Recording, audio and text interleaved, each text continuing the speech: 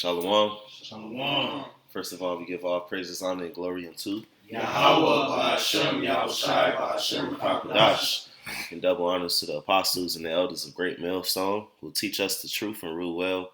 Peace, love, and salutation unto the hopeful elect, those who are waking up to this truth and sincerely hastening the day that the Heavenly Father Yahweh is going to send His Son Yahweh Shai to deliver the elect of Israel. In Israel today are you so-called blacks, Latinos, and Native Americans, as well as those who are scattered throughout the four corners of the earth, who some of you may even look like the other nations, but you believe in this gospel, and hey, your bloodline, your lineage, and your spirit goes back to the 12 tribes of Israel. Now, we're the brothers from Great Millstone, Miami, and we're going to continue on reading the book of Genesis. Right now, we're on chapter 42. We just read previously how Joseph was sold into Egypt by his brothers. He was sold into Egypt, and the whole ordeal of him being under the captain of the guard, Potiphar, and his wife accusing him, wrongfully, him being thrown into jail, and the Lord him having that gift of interpreting dreams, the Heavenly Father, Yahweh Shai, being with him, he was able eventually to end up being second in command in Egypt after interpreting the dream, foretelling the famine that would come to ancient Egypt. So now we're about to read about his brothers coming into Egypt because of that said famine. All right. This is the book of Genesis chapter 42 and verse 1, and it says, Now when Jacob saw that there was corn in Egypt, Jacob said unto his sons, Why do ye look one upon another? Verse 2. He said, Why do ye look one upon another? Verse 2, it says, And he said, Behold, I have heard that there is corn in Egypt. Get you down thither and buy for us from thence, that we may live and not die. So Jacob told his sons to go down to Egypt because there was a great famine in the land. So then to bring food back, man. Right. Why y'all standing there looking at each other? Right. Get down to Egypt. Fuck. That's Jake, man. I'm old. Right. Oh man.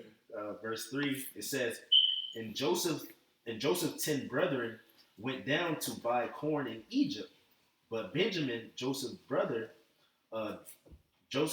Jacob sent not with his brethren, for he said, Lest peradventure mischief befall him.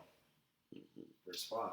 It says, so Jacob didn't want to send Benjamin. All right. Verse 5, it says, Benjamin the youngest. Yeah, his youngest, and he thought he lost Joseph.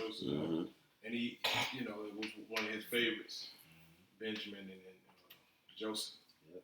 Right. He, through the spirit, he was probably real protective over Benjamin after what happened with Joseph. Like, it ain't gonna happen to Benjamin. Right. Yep. Genesis 42 and verse 5, it says, And the sons of Israel came to buy corn among those that came, for the famine was in the land of Canaan. Verse 6, And Joseph was the governor over the land, and he it was that sold to all the people of the land. And Joseph's brethren came and bowed down themselves before him with their faces to the earth. Yep. Showing that what Joseph had seen in his sleep in the previous chapters had happened, man. What it was, I believe the first one was that he seen his brother's chiefs bow down to his chief, and then it's happening right now, man. So He wooed. Yep. This is Genesis. now they need him. Right. You don't even know it's him at this point. Genesis 42 and verse 7, it says, And Joseph saw his brethren, and he knew them, and made himself strange unto them, and spake roughly unto them, and he said unto them, Whence come ye? And they said, From the land of Canaan, to buy food. Verse 8, it says, And Joseph knew his brethren, but they knew him not. Right. So that they knew not him. So Yeah. Well, I find this interesting because they probably didn't recognize Joseph because Joseph was looking like the Egyptians. Yeah. He was looking like a stranger, a Gentile, so to say. So they didn't recognize, oh shit, it's our brother. Right, and the ancient Egyptians were very dark people. Oh yeah, that's true, bro. You know. Right. Yeah, that's a great point to add, bro. So Joseph, one the so-called white man, you know, being able to be confused by his own brothers, Right. you know, amongst the ancient Egyptians, the Israelites were brown skinned people, you know. Right. And they would have never thought in a million years that he had status in Egypt, because they were enemies, Egyptians and Israelites. Or even that he survived. Right. Right, there you go. Or even that he survived, man. Because, once you get sold to bondage, bro, it's up in the air whether you're going to live or die, man. Mm-hmm. That's why, especially what was coming over here through the transatlantic slave trade, those Edomites had put insurance on us. Because it was like, it's up in the air whether we're going to survive that journey over here or not. Right. You know what I'm saying? And even if we make it here, whether we'll live. Right. Because they'll kill you. Yep. Right. And then they, that's why, of course, Esau numbers are always faulty. But the reason why we can get a base, roundabout guesstimation, especially about how many died just on the voyage, I think it was like 90-something million, is because, like you said, they had insurance on them. And they were counting, each head was counted. Yeah. So they would count up the ones that died, you know what I'm saying? Because they looked at them as a product, Property, yep. Genesis chapter 42. Genesis chapter 42 and verse 8 again says, and Joseph knew his brethren, but they knew not him. Verse 9 it says, and Joseph remembered the dreams which he dreamed of them, and said unto them, ye are spies, to see the nakedness of the land ye are come. Verse 10 it says, and they said unto him, nay, my lord, but to buy food are thy servants come. Verse 11 it says, we are all one man's sons, we are true men, thy servants are no spies. Basically, Joseph was messing with him. Mm-hmm. Can you see what it say for true men?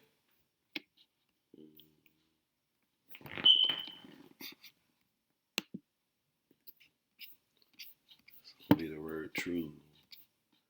The elders men.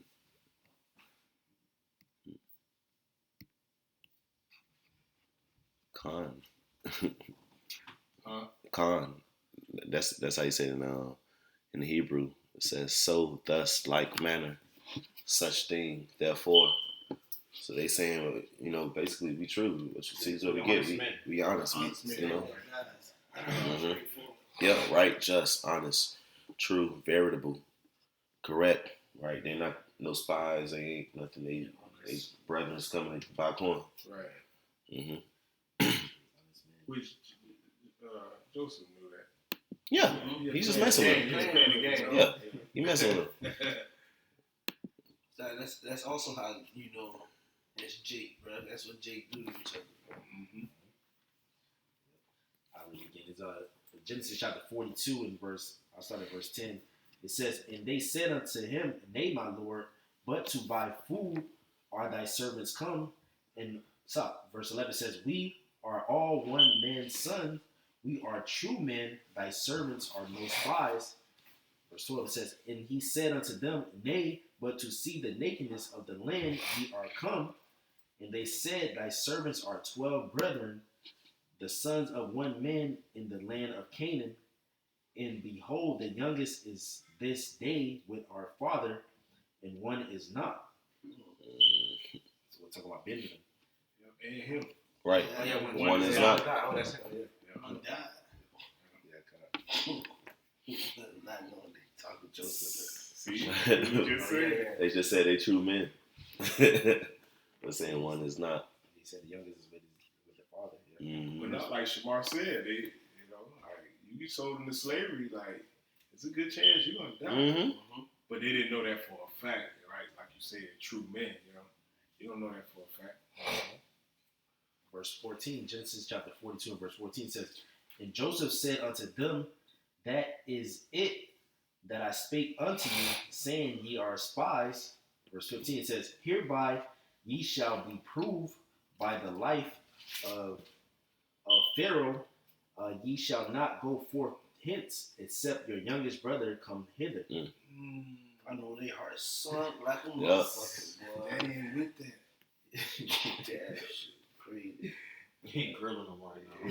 That's why they over explaining shit because he grilling them. They don't talk healthy with him. Right. And it's like, it's a famine going on, like food shortages. Like we need this food. Right. They have to go all the way back. You know. Without no food. Genesis 42:16 says, Send one of you and let him fetch your brother, and ye shall be kept in prison, that your words may be proved, whether there be any truth in you, or else by the life of Pharaoh surely ye are spies. And he put them all together into ward 3 days. So they ultimately went into prison. He put them in prison. Yeah. It's like He had him in custody. That's Under supervision. Verse 18 it says, And Joseph said unto them the third day, This do and live, for I fear Yahweh. If ye be true men, let one of your brethren be bound in the house of your prison, or go ye carry corn for the famine of your houses. I'll read it again. It says, Carry corn for the famine of your houses. Verse 20 says, But bring your youngest brother unto me, so shall your words be verified, and ye shall not die. And they did so. Verse 21 says, And they said one to another, We are verily guilty concerning our brother, in that we saw the anguish of his soul when he besought us, and we would not hear. Therefore is this distress come upon us. They already knew. Wow. Yeah, they sent witness against them. You know. Conscious. It's our turn. Like, fuck. I knew it was going to come back, because, come on, man. Who they father was. Right, and that's the spirit that Jake got. You know, like, that's something, as far as Jake, you know when you go off. And you know when, like, when the Lord jack you up for something, you know? Yeah. And, you may be wrong, but you going to, like, I remember I did that goofy ass shit. Deserve it. Look, too bad for 2/3. They gonna have that feeling in these times to come. You know, they gonna know they wasn't seeking the Lord, and why the Lord really jacking their ass. What's up? All time. At an all-time high. They gonna be hopeless too. And even in the midst of that, they gonna still be continuing in sin too. You know, they have to. Right, because first of all, only the elect getting saved, and then on top of that, the judgment that's coming with fire and brimstone, and Malachi was at chapter 4. The day shall come that shall burn as an oven, all the proud, all that wickedly shall be stole.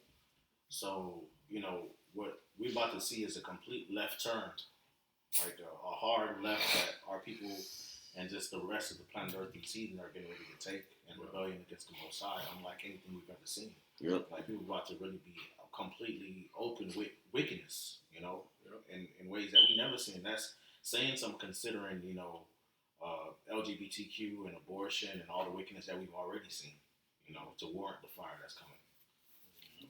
You clean it. That too. That's the ultimate. Right there.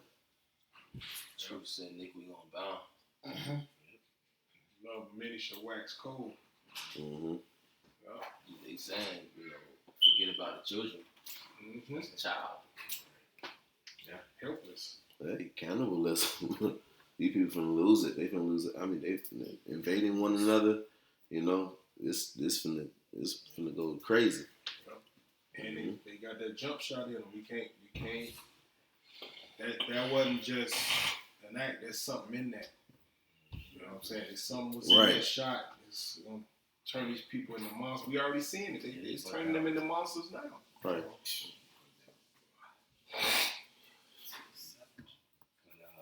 Back at Genesis chapter 42 and I'll read verse 21 again. It says, And they said one to another, We are verily guilty concerning our brethren, in that we saw the anguish of his soul when he besought us, and we would not hear. Therefore is this distress come upon us. Verse 22, it says, and Reuben answered them, saying, spake I not unto you, saying, do not sin against the child, and ye would not hear. Therefore, behold also his blood is required. Mm-hmm. So Reuben basically trying to tell him, man, I told y'all not to do this. Right, that's Jay, bro. See, I told y'all. See, now look. Yeah, he don't older brother the whole time. When you read the story, you see he was trying to find a way to reverse the situation. Right. Yeah. Wow.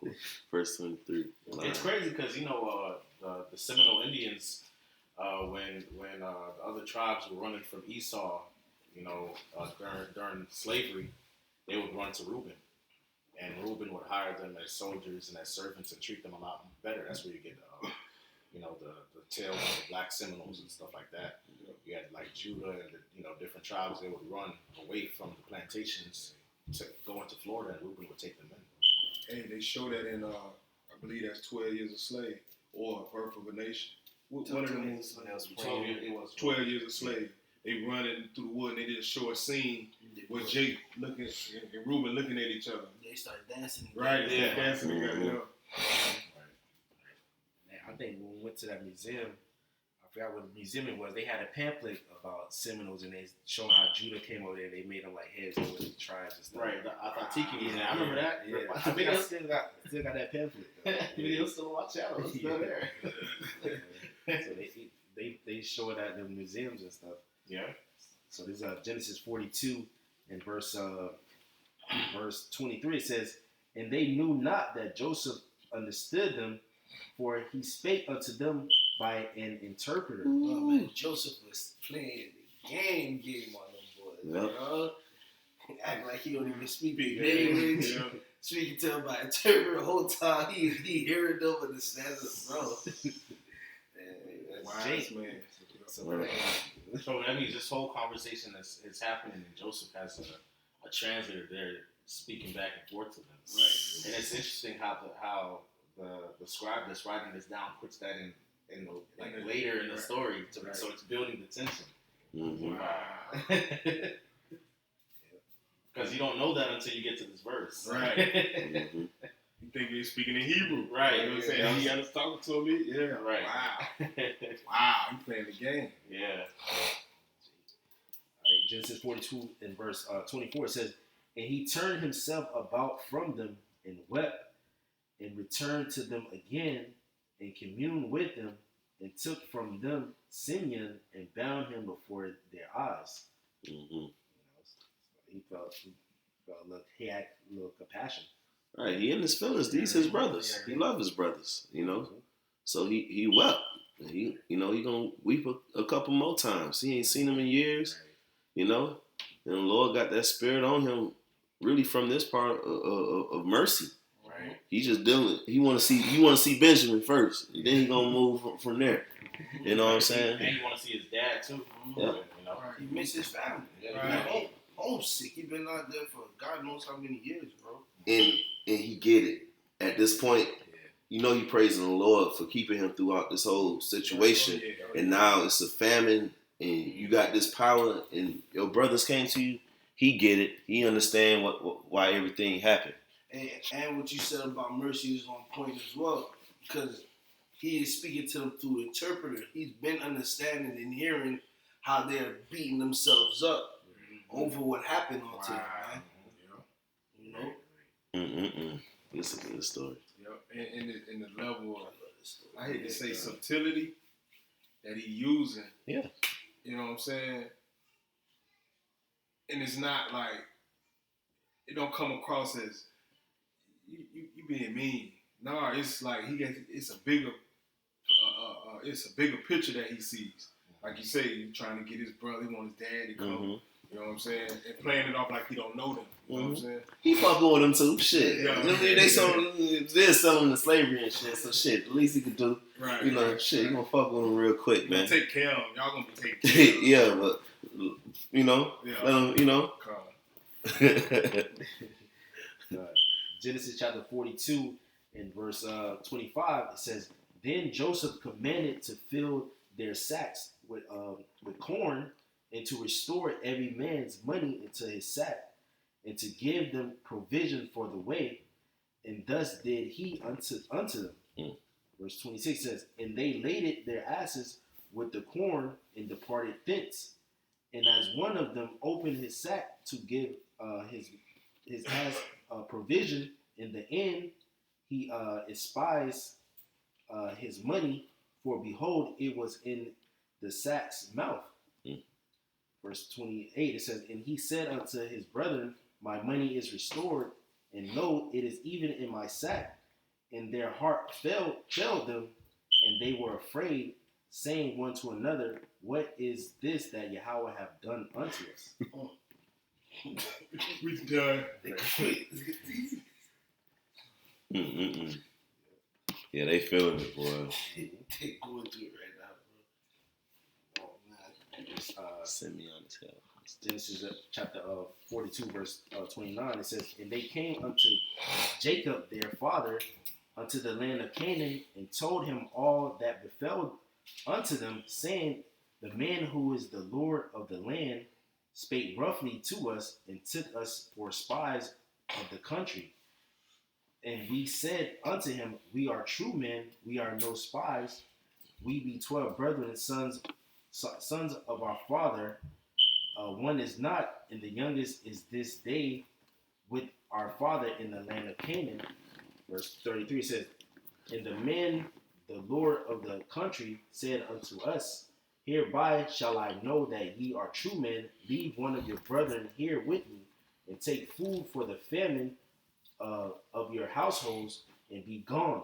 Verse 34, and bring your youngest brother unto me, then shall I know that ye are no spies, but that ye are true men. So will I deliver you your brother, and ye shall traffic in the land. Mm-hmm. So they just breaking down the story to Jacob. Verse 35, it says, and it came to pass, as they emptied their sacks, that behold, every man's bundle of money was in his sack. And when both they and their father saw the bundles of money, they were afraid. Verse 36, it says, and Jacob their father said unto them, me have ye bereaved of my children. Joseph is not, and Simeon is not, and ye will take Benjamin away. All these things are against me.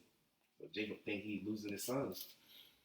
Verse 37, it says, and Reuben spake unto his father, saying, slay my 2 sons, if I bring him not to thee. Deliver him into my hand, and I will bring him to thee again. Verse 38 says, and he said, my son shall not go down with you, for his brother is dead, and he is left alone. If mischief befall him by the way in which ye go, then shall ye bring down my gray hairs with sorrow to the grave.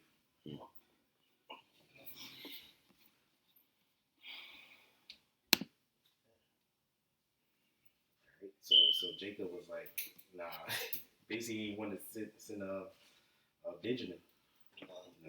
Man, y'all taking years off my life. Right. For real. You There it is don't again. want to die sorrowful. Right. There it is again. We see Reuben stepping up to be big brother, bro. Mm-hmm. Genesis 43 and verse 1, it says, and the famine was sore in the land, and it came to pass when they had eaten up the corn which they had brought out of Egypt, their father said unto them, go again, buy us a little food. Verse 3, it says, and Judah spake unto him, saying, the man did solemnly protest unto us, saying, ye shall not see my face, except your brother be with you. Verse 4 says, if thou wilt send our brother with us, we will go down and buy thee food. But if thou wilt not send him, we will not go down. For the man said unto us, ye shall not see my face, except your brother be with you. So Simeon had to be there for a little bit. For a minute, bro. Mm-hmm. They ate all the food. Yep. Sheesh.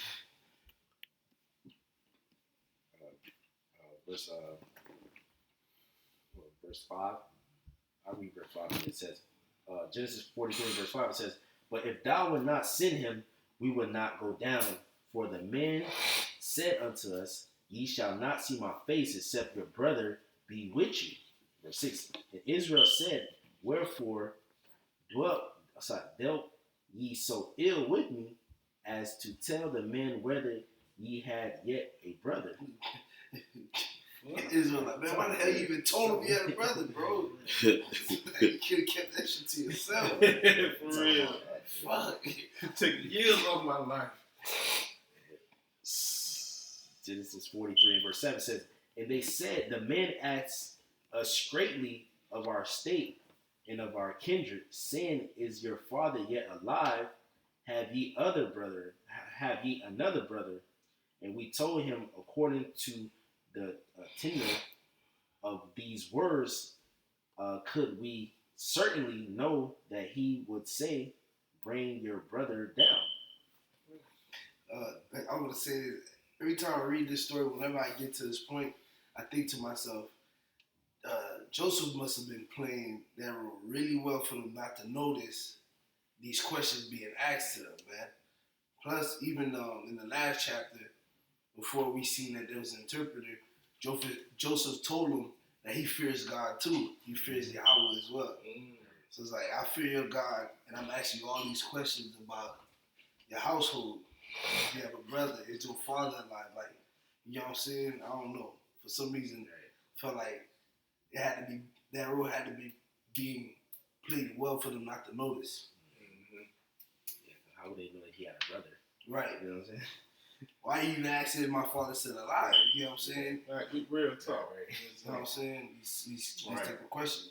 Well, I mean, Joseph is still cunning because Joseph accused them of being spies first, and they believed his accusation got him, flustered. Right. So he's asking these questions and he got them feeling forced to answer. Right.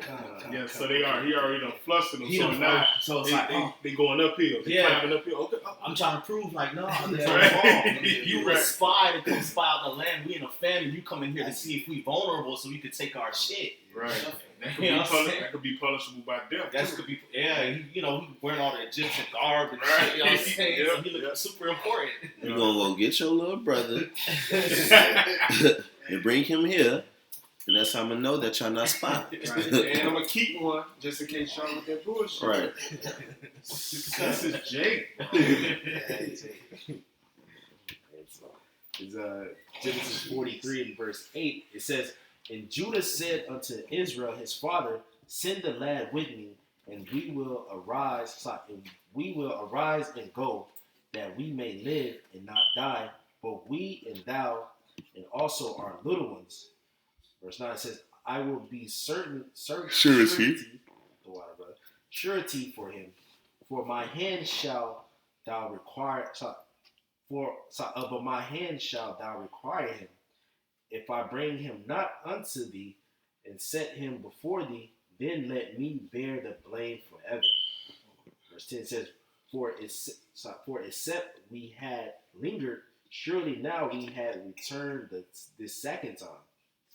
So like you really so we lingered. Jake always lingered. I'm lingering. Oh, you got it. That's part of our culture, the league. Yeah, man. You got it. Fascinating. Verse 11 says, and their father Israel said unto them, if it must be so now, do this, take the best fruits in the land in your vessels, and carry down the men a present, a little balm, and a little honey, spices, and myrrh, nuts, and almonds. See, Jay was into it. Yeah. Verse 12, it says, and take double money in your hand, and the money that was brought again into the mouth of your sacks, carry it again in your hand, peradventure it was an oversight. Verse 13 says, Verse 13 says, take also your brother and arise, go again to the men, and Yahweh Almighty give you mercy before the man, that he may send away your other brother in Benjamin. If I be bereaved of my children, I am bereaved. Verse 15 says, and the men took that present, and they took double money in their hand, and Benjamin and rose up and went down to Egypt and stood before Joseph. Ultimately, they sent Benjamin to Egypt. They all went there. Verse 16 says, and when Joseph saw Benjamin with him, he said to the ruler of his house, bring these men home and slay and make ready, for these men shall dine with me at noon. I can say this real quick, and that was genius of Joseph to do that. Keep one here and go get the other one. So if you don't bring the other one, then you forsaken this one, Simeon. Yeah, that was genius. It's a lot of people call chess. Genesis 43 and verse 17 says, and the man did as Joseph bade, and the men brought these men into Joseph's house. And the men were afraid because they were brought into Joseph's house. And they said, because of the money that was returned in our sacks, at the first time are we brought in, that he may seek occasion against us and fall upon us and take us for bondmen and our asses. So they thought Joseph came there because the sacks was filled with money.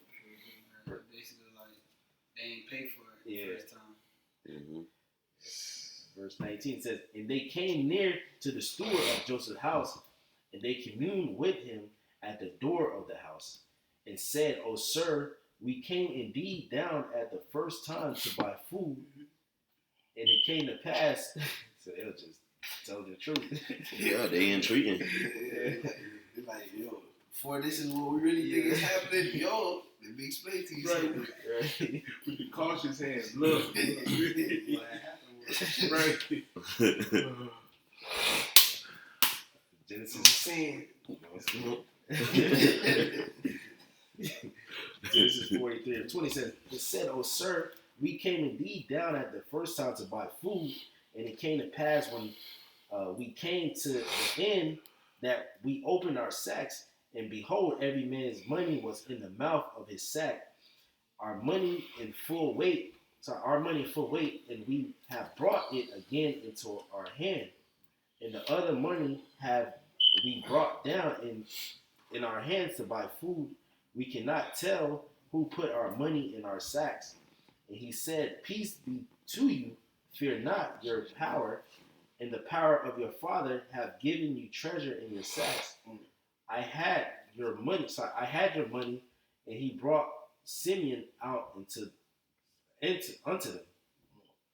So he basically saying the Lord was blessing him. Yeah. He brought Simeon, gave him Simeon back. Yeah, he's like, basically like, you good that the last round it was paid for. Right. Like basically gave you money, it was paid for. This was up. Verse 24 says, and the men brought the men into Joseph's house and gave them water and washed their feet and gave their asses provender, the water. Yeah, gave them grass and feed and fed. Okay. Verse 25 says, and they made ready the present against Joseph. Came at noon, for they heard that they should eat bread there. Verse 26, and when Joseph came home, they brought him the present which was in their hand into the house, and bowed themselves to him to the earth. They bowed again. Verse 27 says, and he asked of them of their welfare, and said, is your father well? The old man of whom ye spake, is he yet alive? So he asked them about Jacob. Verse 28 says, and they answered, thy servant of thy father is in good health, he is yet alive. And they bowed down their heads and made obeisance. As it says early in Genesis. Verse 29 says, and he lifted up his eyes and saw his brother Benjamin, his mother's son, and said, is this your younger brother? of whom ye spake unto me? And he said, Yahweh be gracious unto thee, my son. And Joseph made haste, and his bowels did yearn upon his brother, and he sought where to weep, and he entered into his chamber and wept there. Yep. So he was overcome with emotion, man. Yeah. You know, seeing his young brother and really seeing them all. Right. And years done passed. You know, years done passed because remember you had the dream of 7 years of plenty, and then the 7 years of famine. So several years done passed by. Now Benjamin a little bit older. You know, like man. So he had to find somewhere to cry real quick. Real talk. You know, because he couldn't hold it in. He was in prison too. Mm-hmm. Right, you know his father's alive too. Yep. And you know that was a constant thought. Like, I wonder how my family's doing, like my brother, right, my dad, you know, over the years. Even though he in that position he in, where's Jake, man? You know how your father doing, you know? Mm-hmm. Genesis chapter 43 and verse 31, it says, And he washed his face and went out and refrained himself and said, set on bread. Verse 32, and they set on for him by himself, and for them by themselves, and for the Egyptians which did eat with him by themselves, because the Egyptians might not eat bread with the Hebrews, for that is an abomination unto the Egyptians. Mm-hmm. So that tension, plus how Joseph came at them, you know, the enemies, you know what I'm saying? That vibration, and then he startled them, so it's like, you know. Showing that these nations, we're not supposed to be mingling with these nations. Right. Verse 33 says, And they set before him the firstborn according to his birthright, and the youngest according to his youth. And the men marveled one at another, and he took and sent messes unto them from before him. But Benjamin's mess was 5 times so much as any of theirs, and they drank and were merry with him. So he gave Benjamin more. And they broke. Mm-hmm. That's what mess is. Benjamin ain't selling into Egypt. Huh? He was asking what mess is. It's a mess of food. You can go to the word Mess of food. Yeah. Mess hall. Yeah, Yeah, there we go. Yeah, that's really good. Slots.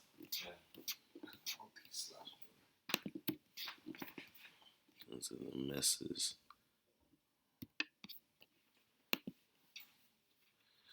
Mashath. Yeah. Says mess, right? Portion. Yep. Yep. Portion. Mm-hmm. Gift, contribution, offerings, tribute. So the things that it said a mess as before. So the things they gave him, he gave it to him again. They gave Benjamin 5 times as much because that's little bruh. And again, Benjamin ain't the one who sold him into Egypt. Right. Do that to me. Right. Right. That was probably closer to begin with than all of his other brothers. I mean, 'cause they was Same both- mama. Yeah, Same mama. and they both youngest. Genesis chapter 44 and verse 1, it says, And he commanded the steward of his house, saying, Fill the men's sacks with food, as much as they can carry, and put every man's money in his sack's mouth, and put my cup, verse 2, it says, And put my cup, the silver cup, in the sack's mouth of the youngest, and his corn money. And he did according to the word that Joseph had spoken. As soon as the morning was light, the men were sent away, they and their asses. Verse 4, it says, And when they were going out of the city, and not yet far off, Joseph said unto his steward, Up, follow after the men, and when thou dost overtake them, say unto them, Wherefore have ye rewarded evil for good? So he was testing them again. Verse 5, it says, Is not this that in which my Lord drinketh, and whereby indeed he divineth. Ye have done evil in so doing. And verse 6 says, and he overtook them, and he spake unto them these same words. And they said unto him, wherefore saith my Lord these words? Yahweh forbid that thy servant should do according to this thing. Behold, the money which we found in our sack's mouth we brought again unto thee out of the land of Canaan. How then shall we steal out of thy Lord's house silver or gold? Verse 9, it says, with whomsoever of thy servant it be found, both let him die, and we also will be my Lord's bondmen. Verse 10, it says, and he said, now also let it be according unto your words. He with whom it is found shall be my servant, and ye shall be blameless. Verse 11 says, then they speedily took down every man's his sack to the ground, and opened every man his sack, and he searched and began at the eldest, and left at the youngest, and the cup was found in Benjamin's sack. Right. So because Joseph, like, you know what? Let it be according to your words. But whoever is found in, he gonna be my servant. Y'all gonna be blameless. Let y'all go, but I'm gonna keep him. Yeah. So he purposely put it in Benjamin's sack, man. You know. Yeah. Verse 13. 13. Okay. Can I read verse 12 again? Genesis 44 and verse 12. It says, and he searched and began at the eldest, and left at the youngest, and the cup was found in Benjamin's sack. Verse 13. Then they rent their clothes and laid it every man his ass, and returned to the city. Verse 14. And Judah and his brethren came to Joseph's house, for he was yet there, and they fell before him on the ground. And Joseph said unto them, what deed is this that ye have done? Won't ye not that such a man as I can certainly divine? Verse 16 says, don't you know I have supernatural right, powers? right. Mm-hmm. He throwing hints. Right. I can't pull that on me. Mm-hmm. It's kind of like a hint he throwing, messing with them, because they know they knew that Joseph could interpret dreams, you know, or that he would interpret dreams, and they used to talk mess. They hated him for it. But such a man as I am can certainly divine. Right. It says in the NLT, what have you done? Joseph demanded. Do you not know that I am a man? A man like me can predict the future. Got him. We don't think y'all know y'all fucking with me. Got him. Yep. All right, you got it. Okay. Genesis 44 in verse 15 again, it says, and Joseph said unto them, what deed is this that ye have done? Won't ye not that such a man as I can certainly divine? Verse 16, it says, and Judah said, what shall we say unto my Lord? What shall we speak? Or how shall we clear ourselves? Yahweh have found out the iniquity of thy servants. Behold, we are my Lord's servant, both we and he also with whom the cup is found. 17 says, and he said, Yahweh forbid that I should do so, but the man in whose hand the cup is found, he shall be my servant, and as for you, get you up in peace unto your father. Verse 18 says, then Judah came near unto him, and said, my Lord, let thy servant, I pray thee, speak a word in my Lord's ear, and let not thy anger burn against thy servant, for thou art even as Pharaoh. My Lord asked his servant, saying, have ye a father or a brother? Verse 20, it says, and we said unto my Lord, we have a father, an old man, and a child of his old age, a little one, and his brother is dead, and he alone is left of his mother, and his father loveth him. And thou saidest unto thy servant, bring him down unto me, that I may set my eyes upon him. And we said unto my Lord, the lad cannot leave his father, for if he should leave his father would die. And thou saidest unto thy servants, except your youngest brother come down with you, ye shall see my face no more. Verse 24 says, and it came to pass when we came up unto thy servant, my father, we told him the words of my Lord, and our father said, go again and buy us a little food. And we said, we cannot go if our youngest brother be with us. Then we will go down, for we may not see the man's face except our youngest brother be with us. And the servants, my father, said unto us, ye know that my wife bare me 2 sons. And the one went out from me, and I said, surely he is torn in pieces, and I saw him not since. Verse 9 says, and if ye take this also from me, and mischief before him, ye shall bring down my gray hairs with sorrow to the grave. Mm-hmm. So this is Judah. I think Judah's talking to Joseph, telling the story. Yep. When he went back, he telling what Jacob telling them.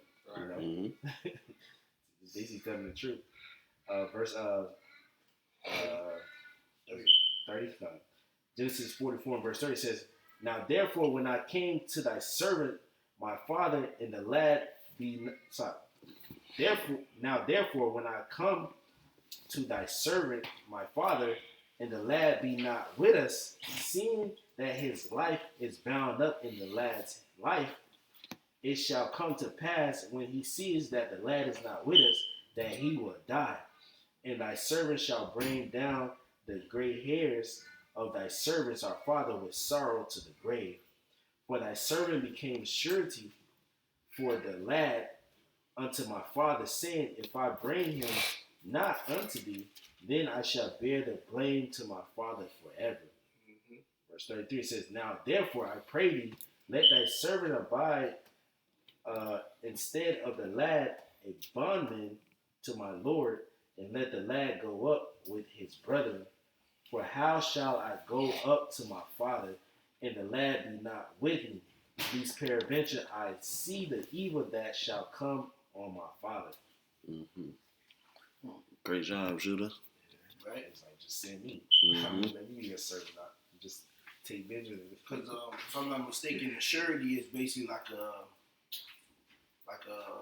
how would you say, like a pledge, like Yeah, it's a pledge. Yeah. You vouch for somebody. You vouch for them, like basically it's kind of insurance. Yeah, Collateral. collateral, Uh-huh. collateral damage. Yep. Hey, who knows?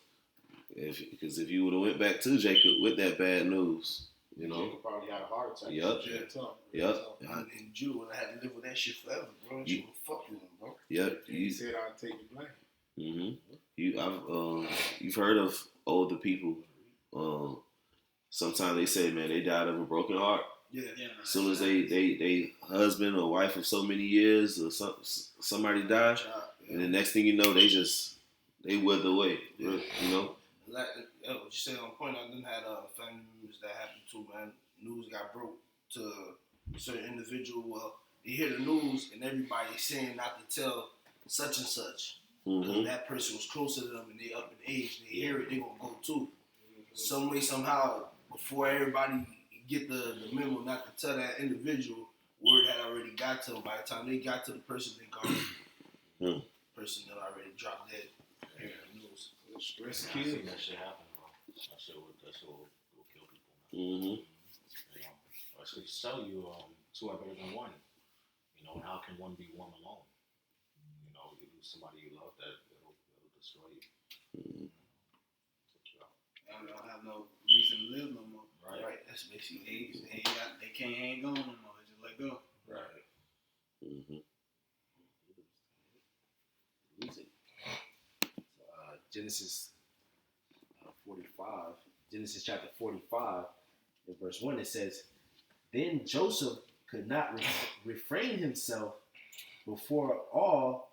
Sorry, I'll read it again. Genesis 45, where it says, then Joseph could not refrain himself before all them that stood by him. and he caused every man to go out from him, and he caused From me. yeah, it's like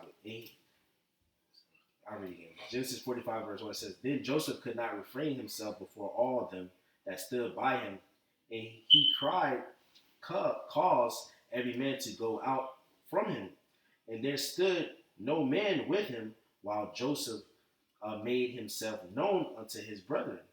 Verse 2 it says, And he wept aloud, and the Egyptians in the house of Pharaoh heard, and Joseph said unto his brethren, I am Joseph.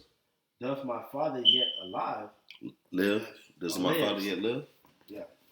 Verse 3 says, And Joseph said unto his brethren, I am Joseph. Doth my father yet live? And his brethren could not answer him, for they were troubled at his presence. Yep. They were shook. Yep. Like, what the fuck? And looked real hard and saw it. Like, oh, That is shit. It is you. Joseph couldn't refrain himself, man. Yeah. Hey, it's crazy you say you do a hard job, bro. In the small span of what it was like 4 chapters, probably couldn't count how much time they hard job, bro. right? Right. Niggas want to traumatize them boys. He got them good. Yeah. This man, I got a little one in the kingdom. Be able to see their faces. You know what I'm saying? See the scene. Real talk. You know? Real talk. Yeah. Real Side talk. conversation.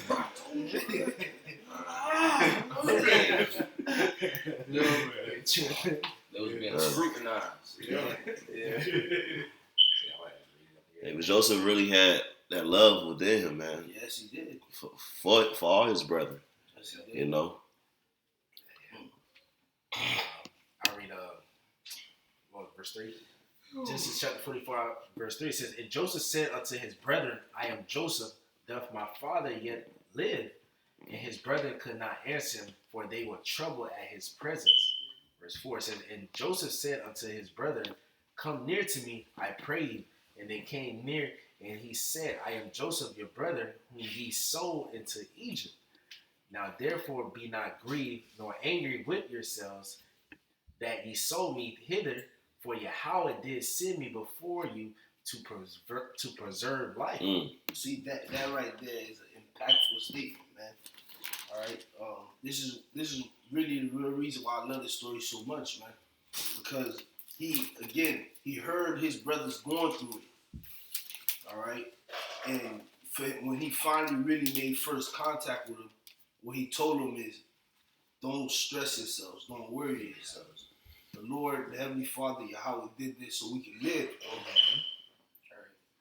You're good. Instantaneously, he forgave his brothers, like, y'all good, don't worry about it, bro. He knew that was the will of the Lord. The Lord was using them to do this, you know.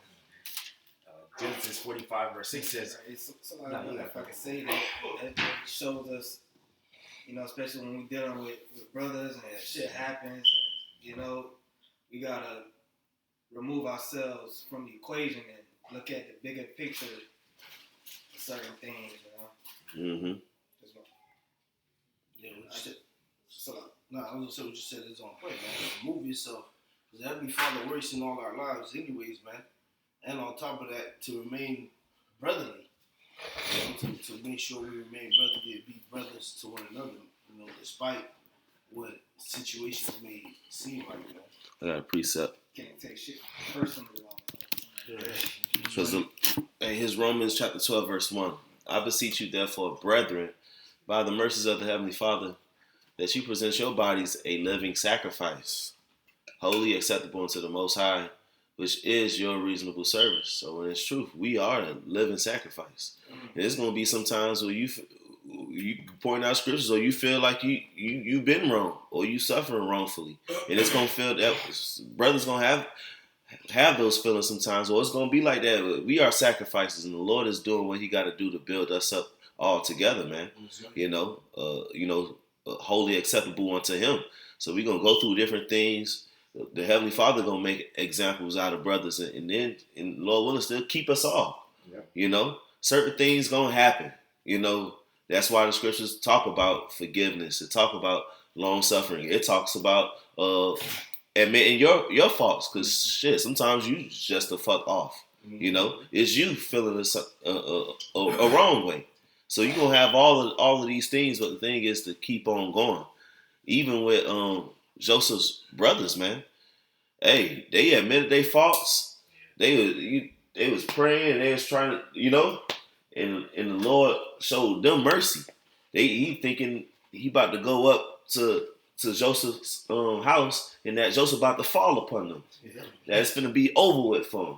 So it's be times in the truth where, man, you battling and going through different things. You're like, man, because I did this, man. And you battling them spirits and demons and all those different things. And the Heavenly Father show you the light, man. You know? Just keep on going, keep on pushing, keep on being brothers, man. Lord willing, we have to let the Lord will keep us. Keep your integrity. Mm-hmm.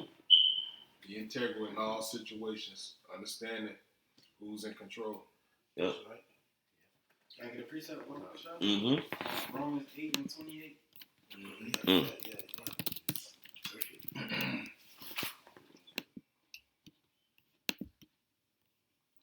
Romans 8 and 28, and we know that all things work together for good to them that love God, to them who are the called according to His purpose. Mm. Mm-hmm. Yeah, there you go. It's the big, look at the bigger picture. Yep. His purpose. Yep. We all here for His purpose. Like Paul said, I endure all things for the elect's sake. Us. It's bigger than us. Yep. Hey, because in that situation in Genesis, the whole purpose of the Heavenly Father putting that spirit on Joseph from his youth was for him to be there because the famine was going to come regardless, man. Right. The Heavenly Father had already had in his mind for the cause of famine in this region. I'm going to fuck these people up. Mm-hmm. But for my servant Jacob, whose name was Israel, he's my prince, man. Right. All right. The scripture said, "Well, a prince, you are with the Most High, man." Yeah. And for his children, man, I'm gonna deliver him out of this situation. Let me set it up. In this way, I'm setting it up. Let's build some characters, man. Right. All right. Yep. Right. Yeah, bro. And make it poetic. And make it like something that we want to see in the kingdom. We want to see this story play out. Come on, people talking about the Bible is man-made. Ain't nobody. You can't make this up. Nobody make up a story. Right. Nah, hell no. No. That's why that Bible series where they was showing, different acts of the Bible is called what? The best story ever told. Right. Mm-hmm. That's exactly what it is. Man can't emulate this. No. It's impossible. What's God in Greek? Theos, right? Yeah, Theos. I had a precept. Jeremiah 29, verse 11. Because the Heavenly Father thoughts, it's not our thoughts. So Joseph was going through different trials, but you look at his ending, it was in peace. Mm-hmm. But you got it, brother. All right. I was also thinking this is to help fulfill the promise that the Lord made to Abraham. Because remember, Abraham had that nightmare, had that dream that his seed would sojourn in the land of strangers for a certain period of time, and after that, the Lord would deliver them. So this is the setup for that. For the 400 years. For Israel to be brought into Egypt and then multiply there. Yes. Too wild. Yep. It don't show you how the Lord plays things out over a long stretch of time. You know what I'm saying? So like the brother Ash was saying, there's always a bigger narrative being played. A bigger theater going on that the Lord has to play out. Right. Right. It's Jeremiah 29 and 11. For I know the thoughts that I think towards you, saith the Lord. Thoughts of peace and not of evil, to give you an expected end. Yeah, and that's for Joseph. That's even for his brothers. Yeah, they went off, but hey, they still Jacob's sons. Right. So they enter into that heritage of the Heavenly Father being with them. That's for Jacob himself, because Jacob about to lose the freaking They done lost Joseph. You know, then Simeon had to go in there. Right. You know, now they came back to get Benjamin. He told them no, you ain't taking Benjamin.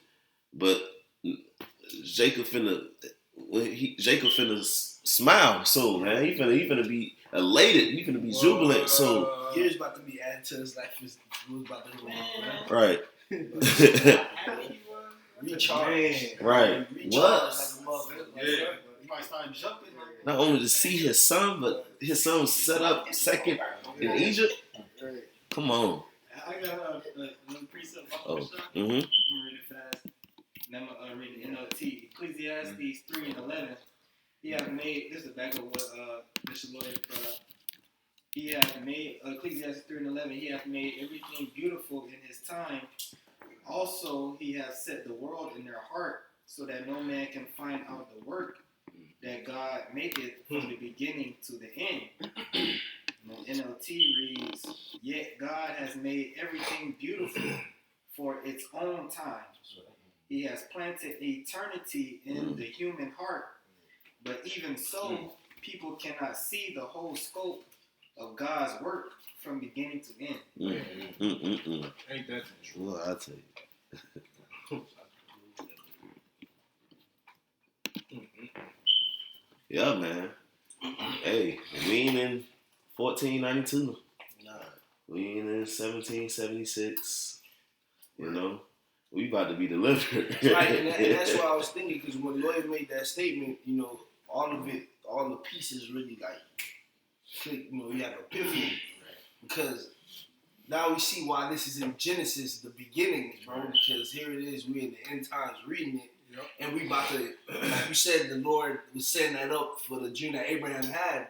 Well, ultimately, all this was the beginning, so the Lord could make sure Abraham get that promise he promised him from the beginning, man. Yep. And now here it is, we at the end of it all, you know, Lord's when we part of that number, and we about to see how the Lord started with us, and we about to, you know, Lord's when we part of that number, receive the ending of it, man. And fully manifest that the promises he made to Abraham, Isaac, and Jacob. Yeah, man. And along the way, how he kept those who feared him, man. There you go. It's mighty, bro. There you go. Scriptures say, what better is the end of the thing From the beginning. Mhm. Facts. And you know, that just show you that, you know, we talk about forefathers, the patriarchs, they went off, you know, but hey, the disciples was indignant towards one another, you know, a couple times. You know, they just show you that, you know, we in the flesh, we go off, but when we in the kingdom, perfect. Right. And the common thread is that repetitive mindset. You're gonna go off, but how you everybody go off. We have all sinned and fall short of the glory. But what are your mannerisms behind going off? Are you like, fuck it, everybody saying, or Lord, please, that I know not to do, that I do.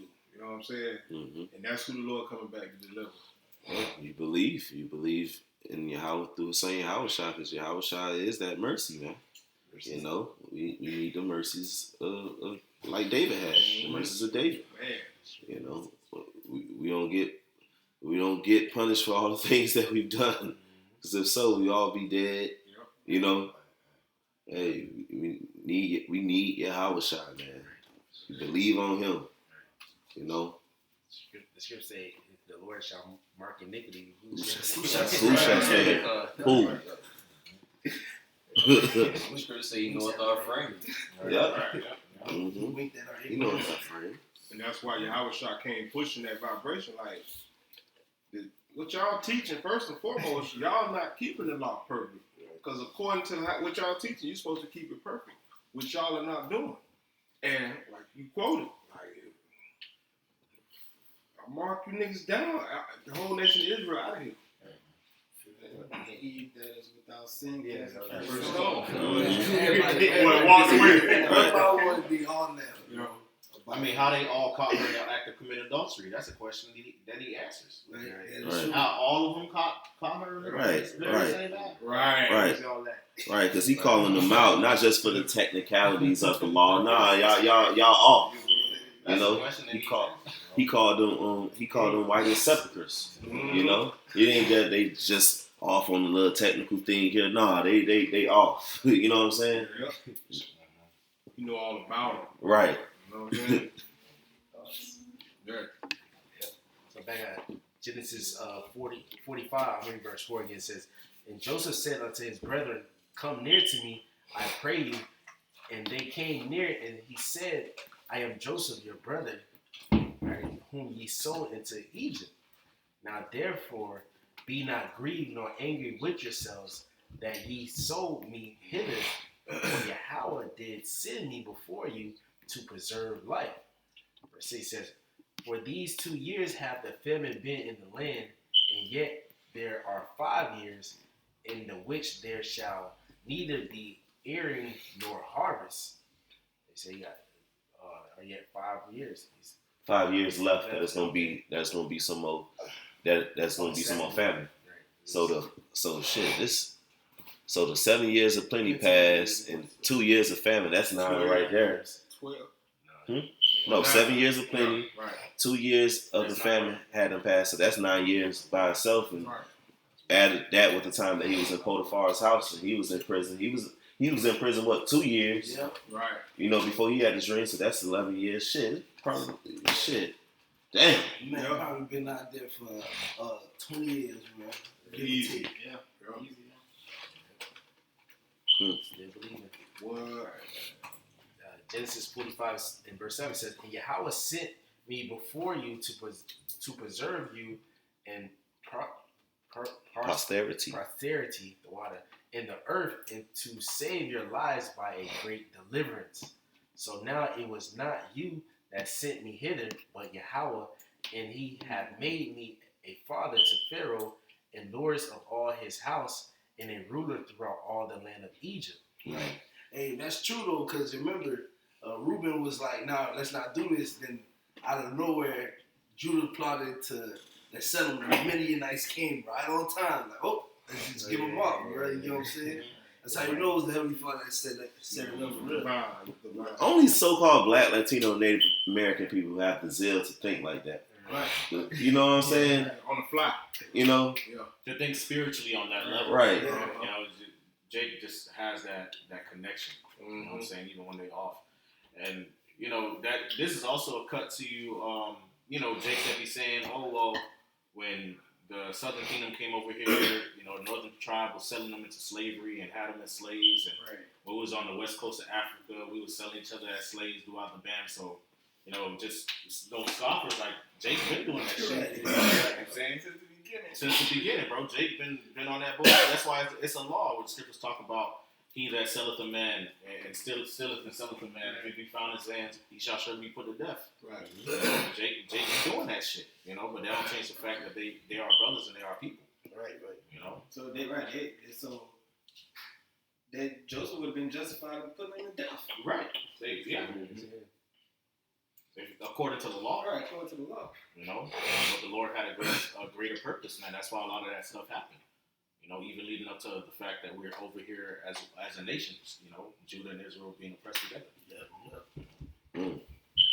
That's that spirit of, man, like Yahushua. That's why Yahushua said, and the law is what Moses' 5 books. You know, he said the weightier matters of the law is mercy, faith, and judgment. You know, you reading this in the synagogue, you're supposed to read these stories. Mercy, you know, and having faith in judgment. You know, these men acknowledging their sins, and, you know. Mm-hmm. It wasn't on that no more. Right. Jake was on, man. You make sure you this clock. I mean, that wasn't even, well, I wouldn't say in all cases, because you did have righteous Pharisees, you had people who were sincerely wrong, you know, and you had priests that believed, and, you know, scribes that repented. So you had, you know, individuals like Nicodemus and Joseph of Arimathea, but in a lot of cases with the circumcision, they were just executing the law as a matter of, you know, social status. You know, who can keep the law better and what line of, you know, this important priest or this important, you know, king that I go back to.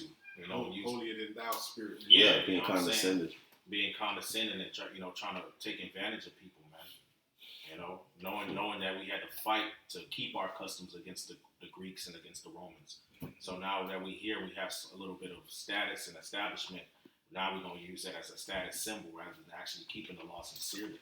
Judgment for reward. You know? White is sepulchres. Right. You know, and secretly commit adultery. We're doing all manner of wickedness. You got pacts with the Romans. You know, you setting people up to get put to death like you did with your house shot. Right. You know. How do you let go of a murderer?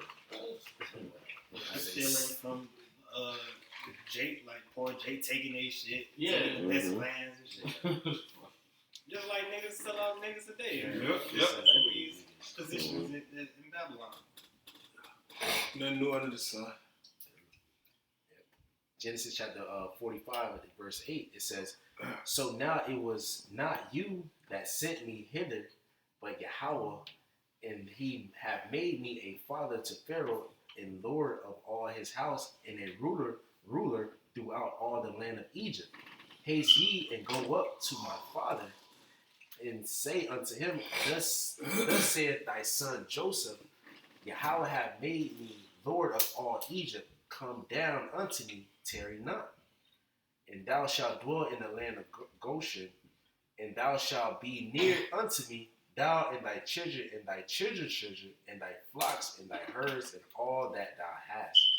And there will I nourish thee, for yet there are 5 years of famine, lest thou and thy household and all that thou hast come to property. And behold," verse 12, it says, "And behold, your eyes see, and your eyes of my brother Benjamin, that it is in my mouth that speaketh unto you. And ye shall tell my father of all my glory in Egypt, and of all that ye have seen, and ye shall haste and bring down my father thither. And he fell upon his brother's Benjamin's neck and wept, and Benjamin wept upon his neck. Moreover, he kissed all his brethren and wept upon them. And after that, his brother talked with him. Verse 16 says, "And the fame thereof was heard in Pharaoh's house, saying, Joseph's brethren are come, and it pleased Pharaoh well and his servants." So it was a good thing. Pharaoh didn't take it wrong. Right. That was his brothers, you know. And Pharaoh said unto Joseph, "Say to thy brethren, this do ye, lay your beasts, and go get you unto the land of Canaan, and take your father and your households, and come unto me, and I will give you the good land, the good of the land of Egypt, and ye shall eat the fat of the land. Now thou art commanded, this do ye, take your wagons out of the land of Egypt for your little ones, and for your wives, and bring your father, and come. Also regard not your stuff, for the good of all the land of Egypt is yours." All right, verse 21 says, "And the children of Israel did so, and Joseph gave them wagons according to the commandment of Pharaoh, and gave them provisions for the way." So Pharaoh was helping them out. Mm-hmm. Verse 22 it says, "To all of them he gave each man changes of raiment, but to Benjamin he gave 300 pieces of silver and 5 changes of raiment. And his father sent after this manner 10 asses laden with the good things of Egypt, and 10 she-asses laden with corn and bread and meat for his father by the way." Man, Israel just kept blessing that man, bro. Yeah. What was that? 20. So that's pretty much Israel. I'm asking. Israel introduction into the land of Goshen. Yeah. Mm-hmm. Another point about this story, the Egyptians were racist. Like you could see, ancient Egypt was segregated. And that's how you know America is spiritual Egypt too. Because when we got over here, they were segregating us. remember how when Joseph was eating with his brothers, Right. they couldn't eat with them. Mhm. And remember back during the civil rights movement, Civil blacks, rights. Yeah. blacks and Hispanics on this side, the whites on this side, So the spirit, they're not doing it the sun, bro. Not doing it the sun, bro. They had to give them their own land and shit. What is that? 24. Genesis chapter 45 verse 24. It said, "So he sent his brethren away, and they departed. And he said unto them, See that ye fall not out by the way. And they went out. So they went up out of Egypt and came into the land of Canaan unto Jacob their father. And he told him, saying, Joseph is yet alive, and he is governor over all the land of Egypt. And Jacob's heart fainted, for he believed them not."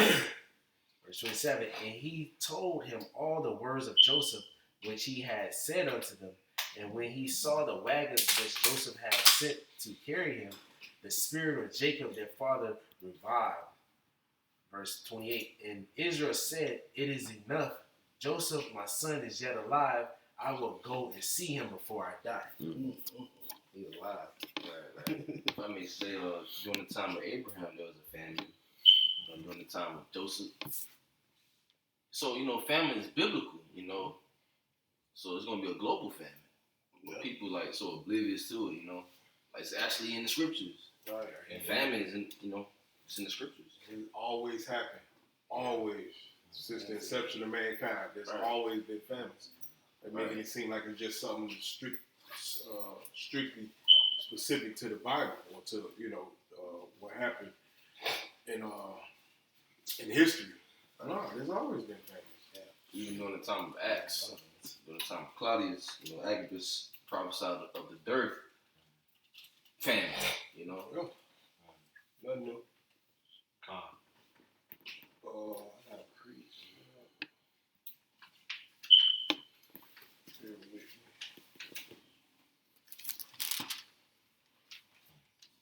This is go to Proverbs 16. So you can read it.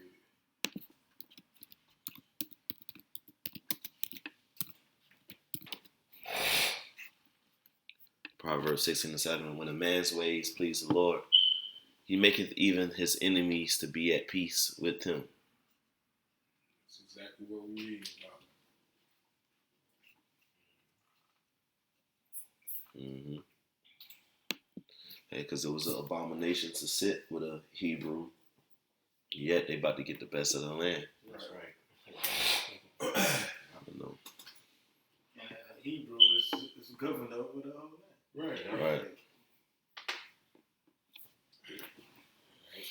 Genesis chapter 46 and verse 1. It says Jacob moves to Egypt.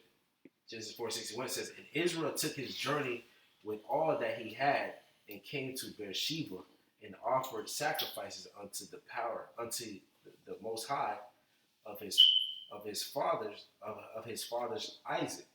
Verse 2 it says, And Yahweh spake unto Israel in the visions of the night, and said, Jacob, Jacob. And he said, Here I am. Verse 3 says, And he said, I am Yahweh, the God of thy father. Fear not to go down into Egypt, for I will make of thee a great nation. He told him, I'm gonna be with you. Just go down to Egypt. Verse 4 says, I will go down with thee into Egypt, and I will also surely bring thee up again, and Joseph shall put his hand upon thine eyes. And Jacob rose up from Beersheba, and the sons of Israel carried Jacob their father, and their little ones, and their wives, and the wagons which Pharaoh had sent to carry him. Verse 6 says, And they took their cattle and their goods, which they had gotten in the land of Canaan, and came into Egypt, Jacob and all his seed with him. Verse 7 says, His sons and his sons' sons with him, his daughters, and his sons' daughters, and all his seed brought he with him into Egypt. Verse 8 says, And these are the names of the children of Israel which came into Egypt. Right, which I think Egypt is like a Greek word. and it really means like, what's it? Mizraim. Mizraim, double straights. Double straights, yeah. It says Jacob and his sons, Reuben, Jacob's firstborn. All right, verse 9 it says, and the sons of Reuben was Hanak and Palu and Hezron and Carmi. I think that's a Levite group. Carmi, yeah. Verse 10 it says, and the sons of Simeon, Jemuel and Jamin and Ohad and Jokchin and Zohar and Shaul, and the sons of and Shaul. Mm-hmm. So the son of a Canaanitish woman. Mm-hmm. So you can have children with. Yes. All right. That happened. But the seed was still the Israelites. Yeah. I just had to let you know. Yeah, Joseph had an Egyptian wife, the daughter of a priest, I believe, an Egyptian priest, Mm-hmm. and that she's the one who brought forth through Joseph's seed, Manasseh and Ephraim. You see? And Moses as well. Abraham. Yeah, Abraham. Who was that? Ruth, Obed. Yeah, Obed. Mm-hmm. She became the grandmother of King David, right? Yeah. Grandmother, great grandmother. Had Jesse, I think. Yep. Genesis 46:11 says, and the sons of Levi, Gershon, Korath, and Merari, the water, Merari. Verse 12 says, and the sons of Judah, Onan, Selah, and Pharez, and Zerah, and and Onan died in the land of Canaan, and the sons of Pharez were Hezron and Hamul. Verse 13 says, and the sons of Issachar, Tola and Puba, the water, and Job and Shimron. Verse 14 says, and the sons of Zebulun, Sered and Elon and Jahilil. Verse 15, and these be the sons of Leah, which she bare unto Jacob in Padanaram, with his daughter Dinah. All the souls of his sons and his daughters were 33. Verse 16. 33 says, and the sons of Gad, Zephion, and Haggai, and Shuni, and Esbon, and Eri, and Odi, and Ariel, Slacky, brother. Yeah, give me your best shot, man. Verse 17, it says, and the sons of Asher, Jimnah, and Ishuel, and Isui, and Bariah, and Sarah, their sister, and the sons of Berar, Heber, and Malchiel. Verse 18. And the sons of Zilpah, who Laban gave to Leah, his daughter, and these she bare unto Jacob, even 16 souls. And the sons of Rachel, Jacob's wife, Joseph and Benjamin. Verse 20 says, and unto Joseph in the land of Egypt was born Manasseh and Ephraim, which Asina, the daughter of Potiphera, the priest of On, bare unto them.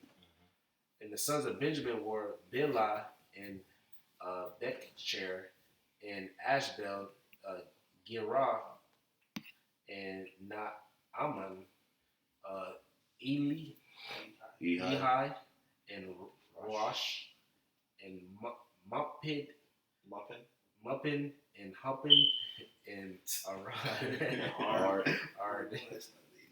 Right. All these names are wrong. Right. So just give me your best shot and keep on going. Verse 22 it says, these are the sons of Rachel, which were born to Jacob. All the sons were 14. the sons of Dan, Hushim, and the sons of Naphtali, Jazarel, and Guni, and Jizar, and Shilem. These are the sons of Bilhah, which Laban gave unto Rachel his daughter, and she bare these unto Jacob. All the souls were 7. And all the souls that came with Jacob into Egypt, which came out of his loins, besides Jacob's sons' wives, all the souls were 66. 66. Yep. Verse 27 says, and the sons of Joseph, which were born him in Egypt, were 2 souls. All the souls of the house of Jacob, which came into Egypt, were 70. 70 souls. Verse 28 says, and he sent Judah before him unto Joseph to direct his face to Goshen. And they came into the land of Goshen. And Joseph made ready his chariot and went up to meet Israel his father to Goshen, and presented himself unto him. And he fell on his neck and wept on his neck a good while. All right. And Israel said unto Joseph, now let me die, since I have seen thy face, because thou art yet alive. Right. He's like, damn, I see my son again. I can die in peace. Good. They had to haunt him forever. When Joseph went missing, they had to haunt him every day. Yeah.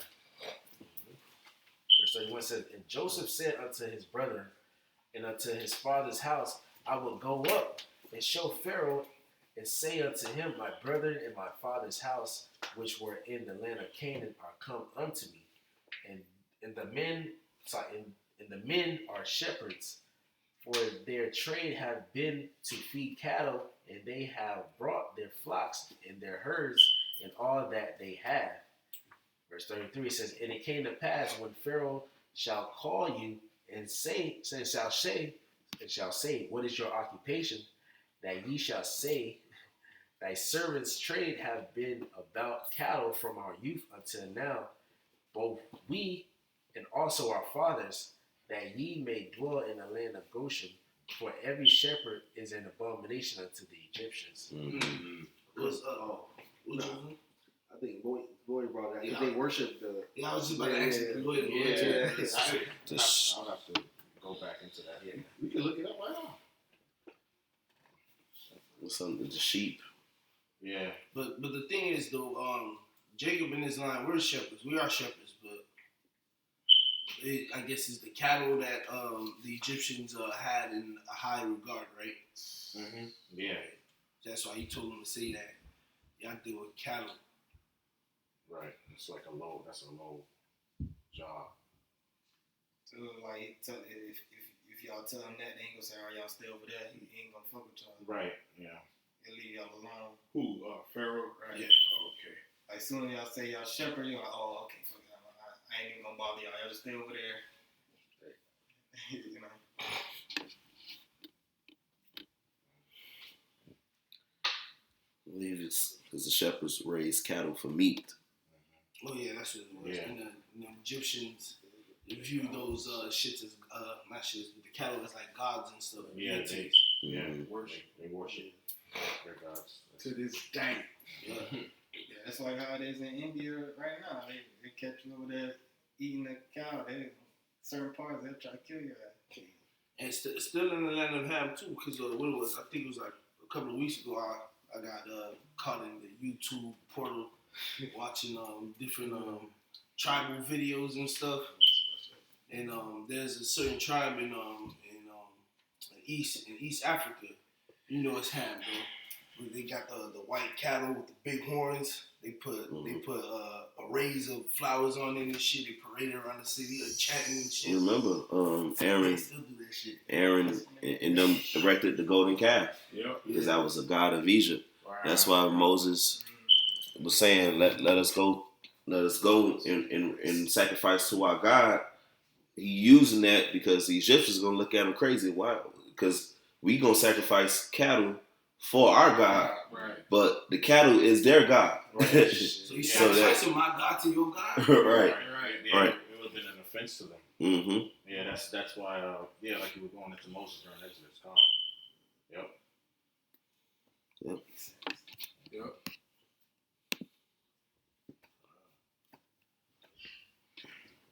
Next one. Okay, cool. Genesis 47 Mm-hmm. and 1. Then Joseph came and told Pharaoh and said, my father and my brethren and their flocks and their herds and all that they have are come out of the land of Canaan. And behold, they are in the land of Goshen. And he took some of his brethren, even 5 men, and presented them unto Pharaoh. And Pharaoh said unto his brethren, what is your occupation? And they said unto Pharaoh, thy servants are shepherds, both we and also our fathers.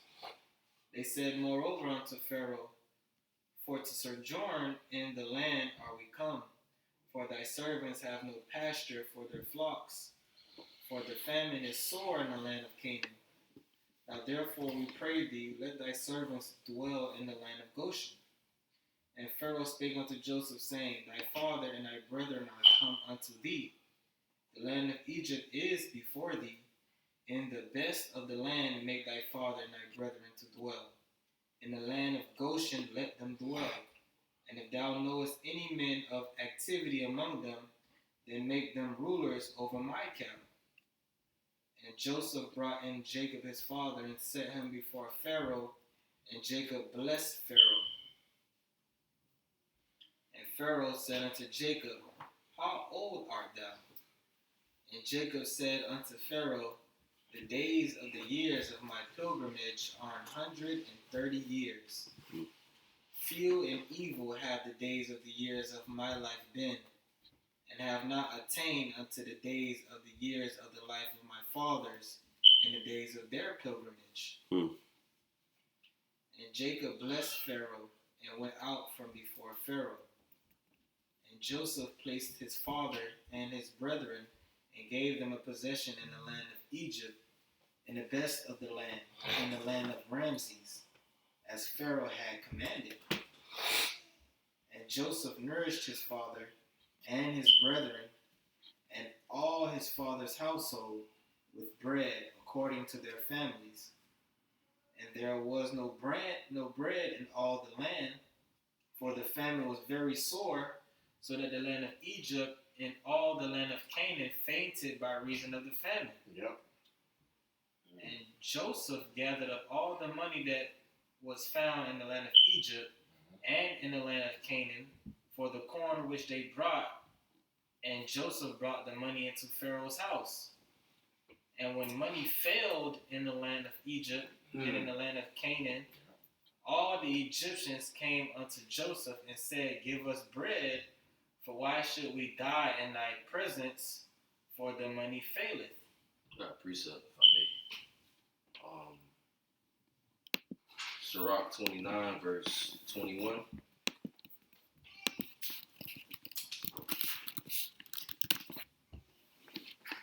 Sirach 29, verse 21. The chief thing for life is water, and bread, and clothing, and a house to cover shame.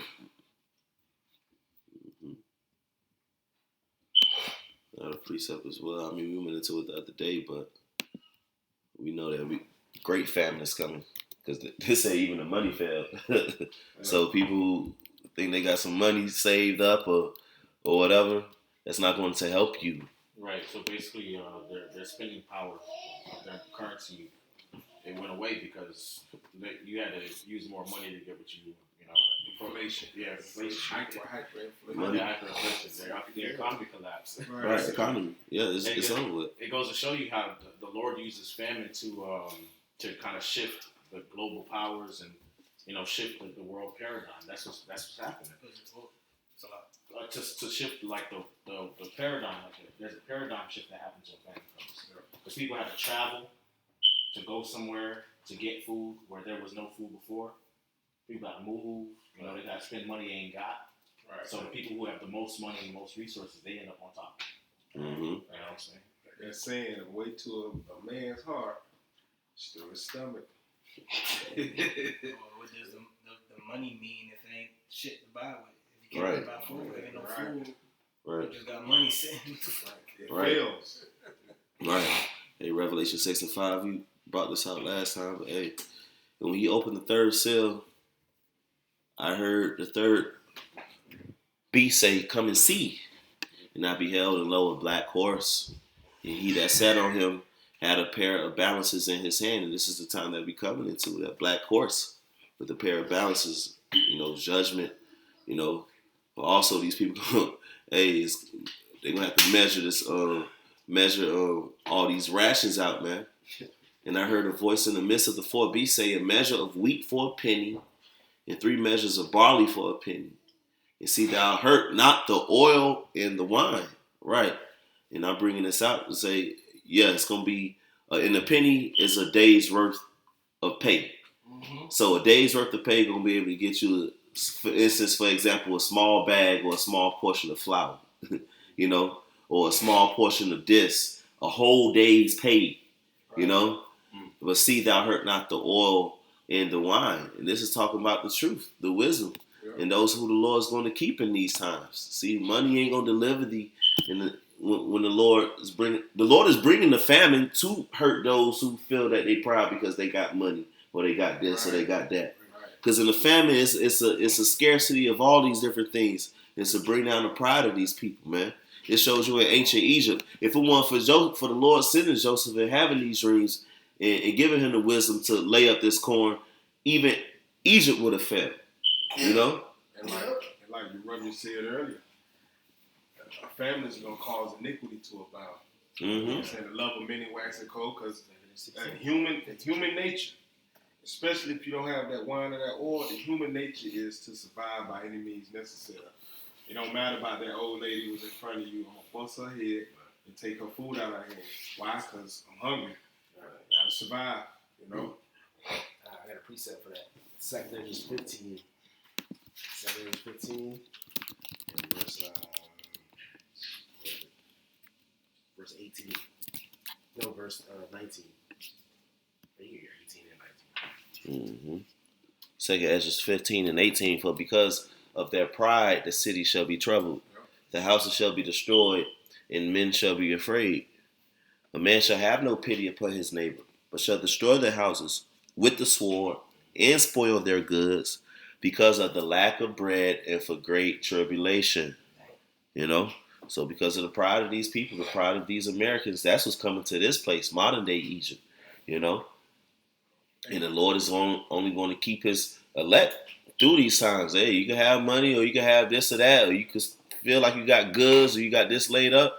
Hey, people going to be spoiling one another houses. You think you got guns? All right. Somebody, they're going to have little militias come and take these militias are preparing to team up and take people's shit. Right. You got some people say, y'all stacking up cans and bags. I'm stacking bullets. Right. What you gonna fight with, a can or a bullet?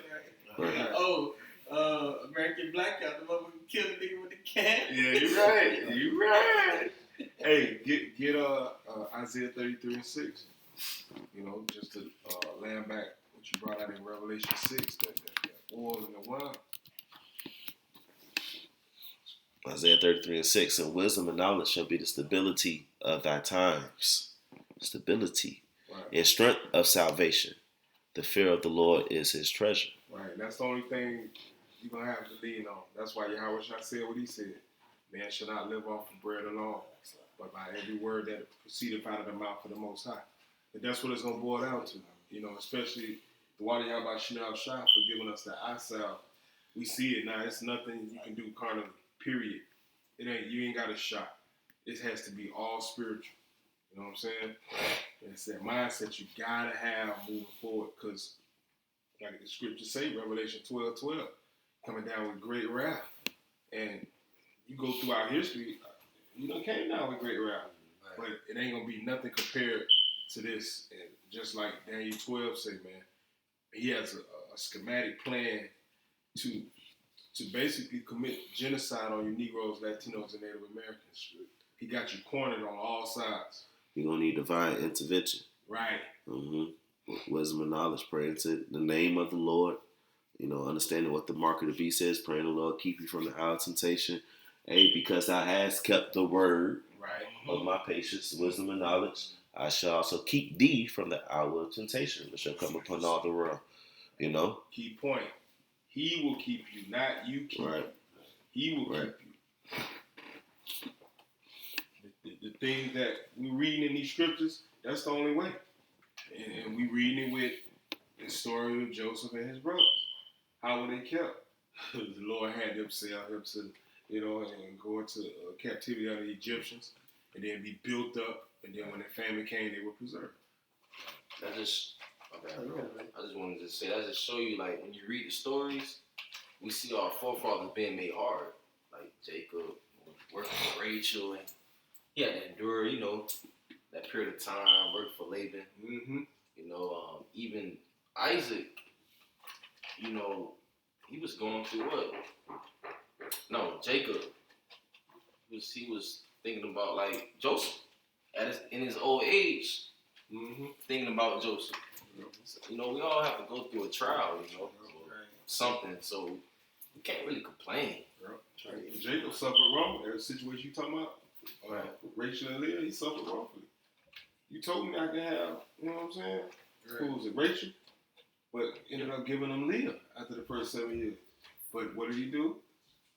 Kept it true, kept to his word, and stayed 7 more and got Rachel. We see our forefathers having integrity, bro. Yeah, that's why it's important to read. Yeah. Actually read and dig in. And embody it too, ingest it. Right. You know what I'm saying? Because you're gonna be put in certain predicaments and situations where you're gonna have to show the same type of integrity. This is honorable. These are forefathers. So you got. I was gonna get a piece that ran. Psalms 37 and 25.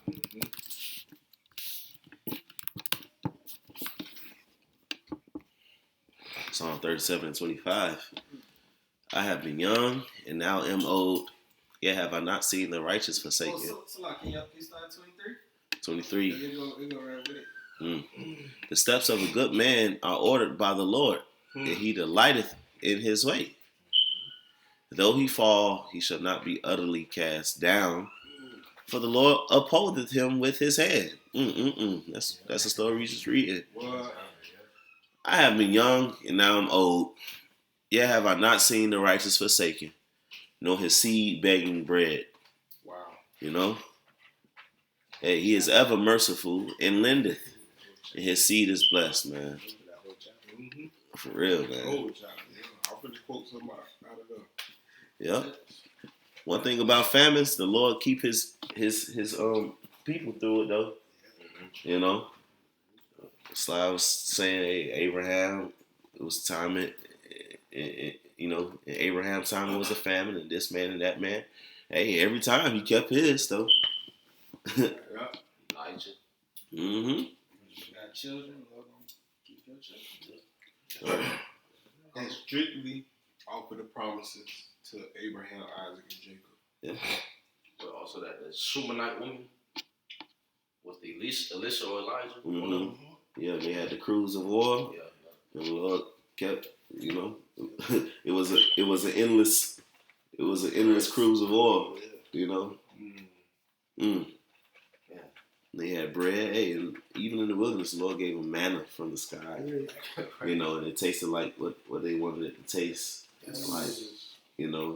So hey, Yahushua and the disciples fed thousands. And they had a basket of fish, a basket of bread, and they fed thousands. So the Lord He knows how to feed people with famine. That's what He does. Like that. He know how to feed His. And you're gonna do it in these times. It's gonna be great. It's gonna be miraculous. Awesome. You ready, Josh? I was gonna say, could we get that one in the NLT? What we just read? Yeah, 15. Wait, what, 47 to 15? 47, 15. Oh.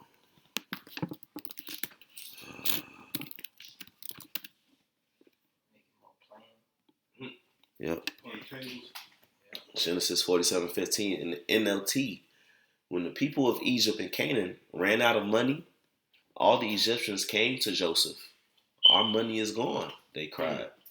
But please give us food or we will die before your very eyes. Yep.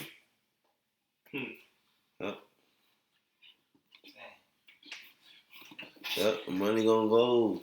That's why they CNBC, what they call it? CBDC. CNBC. So the money gone. What's next? Right. Well, the money's gone, so what they're gonna eventually sell their cattle, their land, Yeah, and no, even themselves, Right. as servants unto Pharaoh. And if I'm correct, according to just going into history, even the brother Rakai Kwam brought this out in the lessons that he did years ago. That's how Pharaoh became a ruler over all the land of Egypt and even the land of Canaan. Canaan was at one point kind of like a vassal state of Egypt, and so, which is why when you read the Israelites going into Canaan, when they came upon Jericho, they had heard about the story about how Egypt and Pharaoh were destroyed. So they were afraid because, the people that were in alliance with, going back to what happened in Genesis, they were destroyed by your God. So we fear you now. You know what I'm saying? So that's how all of that happened. And I remember he even, when you go further into the story, he went into how, if I'm remembering correctly, the priests in Egypt they're the ones who had their actual land rights. They're the only people who had land rights in Egypt. And when you actually go into like the history and studies, I forget actually exactly how you broke it down. You see that that's true. So we're just going to show you that the scripture's on point. You say the priests of Egypt? Yeah, the priests of Egypt were the only people who had like actual rights to their land. So like Egyptian priests. Yeah, Egyptian. Okay. Yeah. All right. Back in Genesis 47 and 16. And Joseph said, give your cattle, and I will give you for your cattle if money fail. That's like collateral right there. And they brought their cattle unto Joseph, and Joseph gave them bread in exchange for horses, and for the flocks, and for the cattle of the herds, and for the asses. And he fed them with bread for all their cattle for that year. When that year was ended, they came unto him the second year and said unto him, we will not hide it from my Lord, how that our money is spent. My Lord also hath our herds of cattle. There is not aught left in the sight of my Lord, but our bodies and our lands. Wherefore shall we die before thine eyes, both we and our land? Buy us and our land for bread, and we and our land will be servants unto Pharaoh. Right. We'll take the chip so we ain't gotta die. We'll do whatever you tell us to do. Just for some food. Digital. It's like the same thing. Yeah. Like not the same thing how you was putting it. Yeah. Well, that which is then is now. But And like you've been saying, what's the saying? Desperate times calls for desperate measures. It's desperate. Like we ain't eating. So we're gonna keep my house and not eat and die. No, I'm gonna sell my land. All that. I need to eat. Wow. Yeah. That's what I'm saying. Revelations 3:10, boy. He got to keep you. You ain't been through nothing like that. You Americans, you've never been hungry. You don't know what hunger feels like. You know? Not even, and it was crazy. Not even the homeless in America can truly say they experience hunger. They dumpster dive. People buy them shit. No, but that's real, bro. So, no, I was just like came about. For sure. A lot of dumpster diving, them homeless people get fully sealed meals that's fresh. 7-Eleven always throwing fresh shit away. A lot of restaurants too throw away good food. Yeah. Right. You know, it was fucked up. I used to work at this restaurant, and when I was working there hosting tables, there was this homeless man that came in, and he told me to speak to my manager and tell her that she's willing to work for a bowl of soup. And when I told her that, she rejected him. And I want to say within that same day, if not within that same time period, I would go out of the back, because you have to go out the back to throw away the trash. There's like special doors in restaurants and shit. And so I would go out the back and I would see them dump, mountains of chicken that was on the grill. Right. You know what I'm saying? At the end of the day, we're at the end of a shift. Just mountains being thrown away. And one time I went back there again, and I saw someone who was homeless. I think it was a man, if not the same man, digging in the trash for a meal. Mm-hmm. And then, if not that same day, I remember her, my manager at the time, she went out and she was telling me, to make sure that the homeless people don't come and take the food. You know what I'm saying? And that shit fucked me up. Like, I was upset. Nigga woman. No, but it's actually these Edomites policy, man. That's how you know Esau is he's a cruel ruler, man. Because those managers can actually get fired if the owner finds out they letting people go through the dumpster, the managers can get fired. Yeah, that's policy. So it just shows you that it's Esau cruel ass, man. Wow. Yeah, they do that with everything. Yeah, they'd rather throw out. They'd be like 3 slices of pizza. They'd rather throw that shit out there and just give it to people. Like, just sit. You feel me? Yeah, right. They would rather take the L with the cause than give it out. They be the main one going to church. Real talk. They be the main one going to church, bro. Yeah, but like the brother was saying, those are Esau's rules for his companies. Yeah. Right. The managers are doing what they're told to do. It's in their books. That's what job. Right. So, because if they found out, they probably would get fired. That's Esau Edom. But the Wadi Habashim Shah, we coming into a time where Esau about to starve now. Yeah. You gonna know what it feels like now. Yep. You know, you're gonna have the elites going to the bunkers, but if you ain't the elites, you're gonna be over here in Babylon starving. Your money gonna fall. Yep. You know, you 100,000-aires, 200,000-aires, 300,000-aire Edomites. Right. Even Millionaires. low millions. Yeah, y'all ain't got enough to get on the bunker. Nah. You know, Not out of America. You right. can build one here. You know, bunkers cost You gotta have buku millions. Buku bread. You ain't just because you got a couple millions, you ain't gonna have no bunker, man. I saw one was like 750,000. Right. Them shits are not cheap. Right. With labor and provision to put in there. Yep. You know, these Edomites they gonna know what starvation it feels like, man, because they make these unrighteous decrees.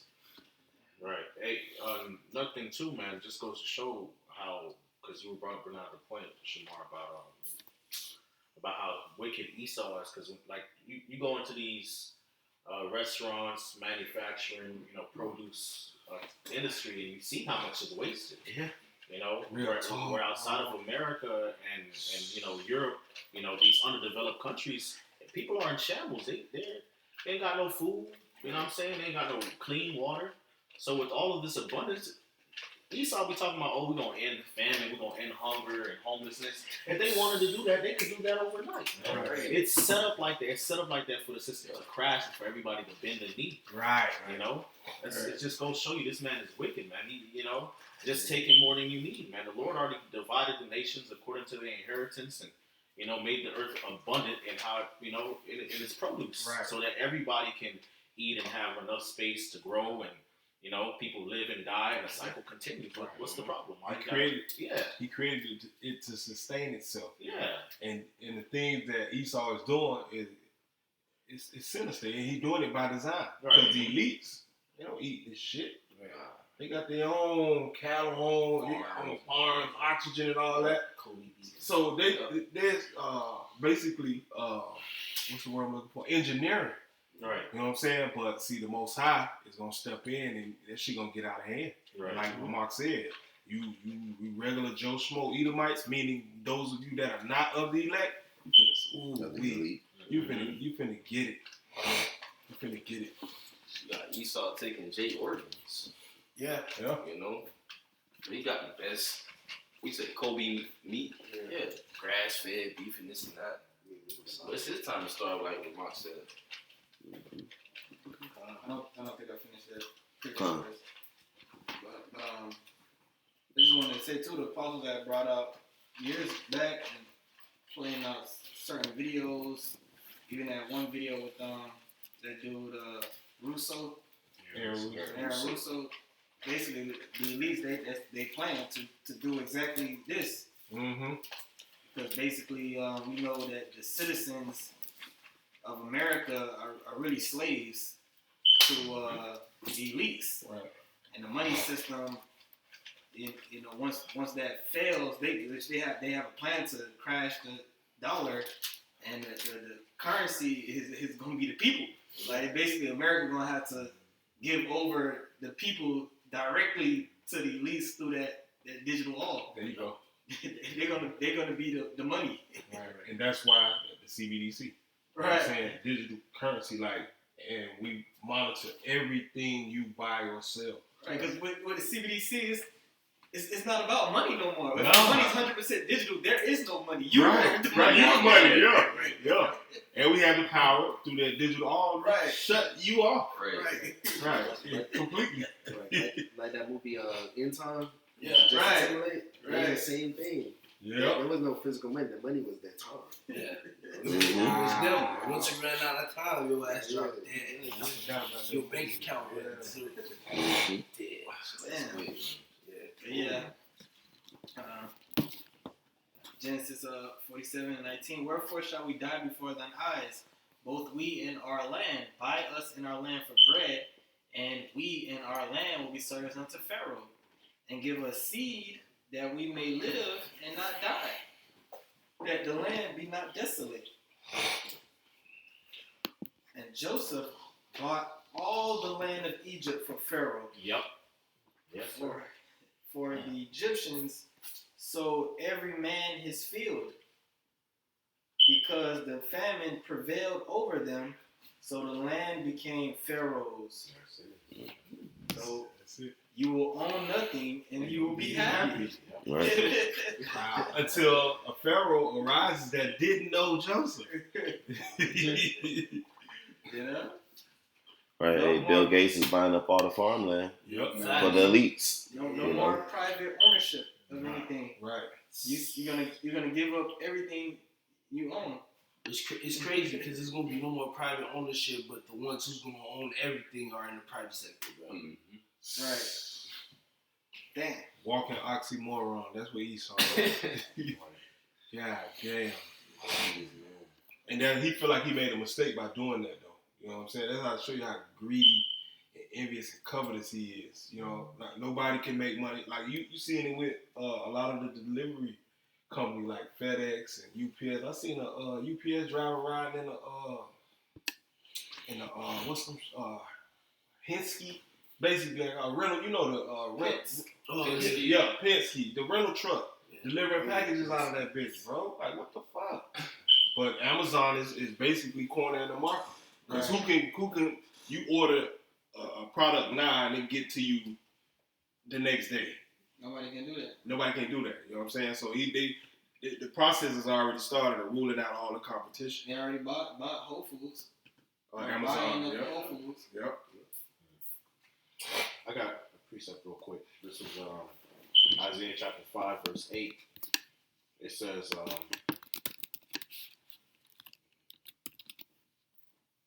woe unto them that join house to house, that lay field to field, till there be no place, that they may be placed alone in the midst of the earth.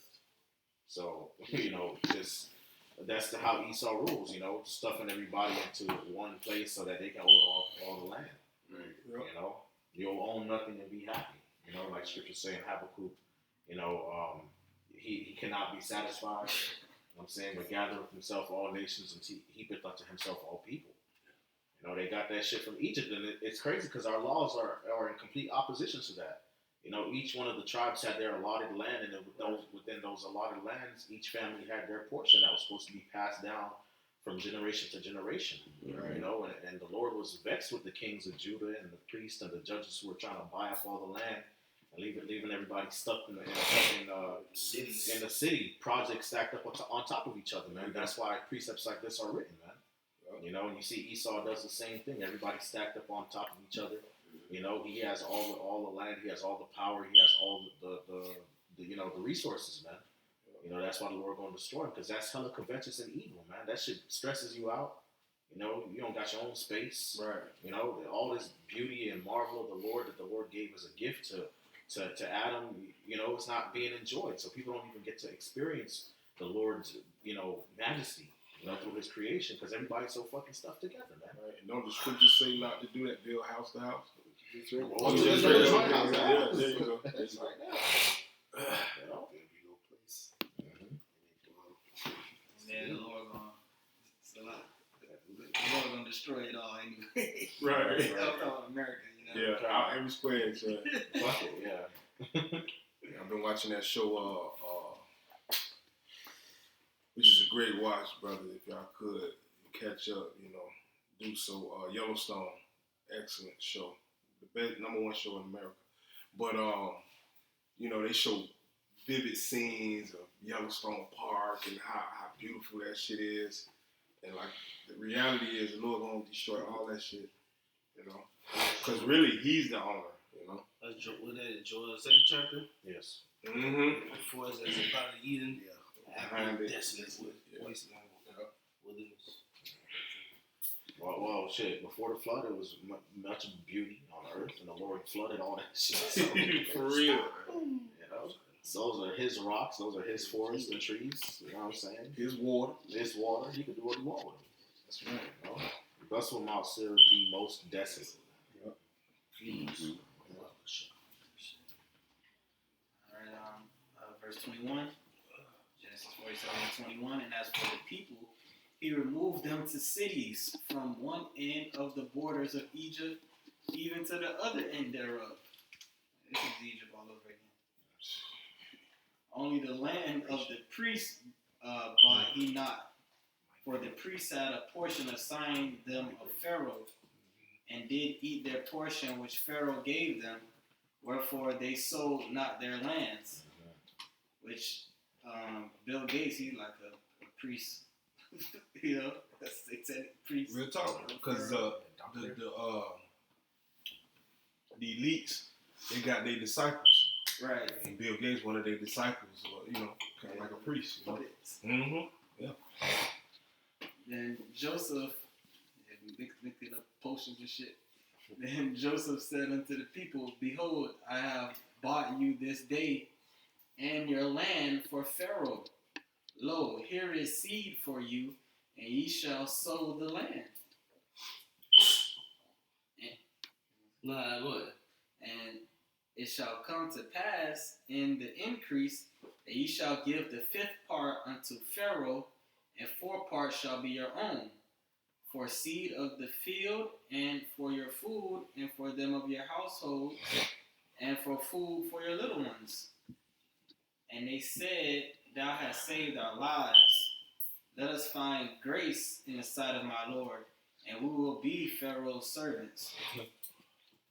And Joseph made it a law over the land of Egypt unto this day, that Pharaoh should have the 5th part, except the land of the priests only, which became not Pharaoh's. That's right.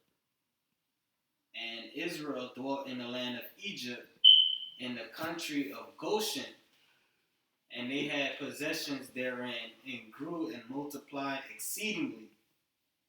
And Jacob lived in the land of Egypt 17 years. Wow. So the whole age of Jacob was 147 years. Most of them live another 17 years. And the time drew nigh that Israel must die. And he called his son Joseph and said unto him, If now I have found grace in thy sight, put, I pray thee, thy hand under my thigh, and deal kindly and truly with me. Bury me not, I pray thee, in Egypt, but I will lie with my fathers, and thou shalt carry me out of Egypt, and bury me in their burying place. And he said, I will do as thou hast said.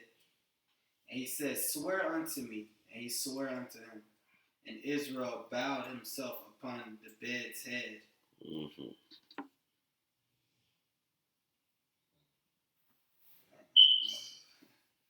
He was ready to die as soon as he saw Joseph. Look, 17 more years. Oh, I can die now. I'm good now, boy. Yeah. Your pa, man. Your pa.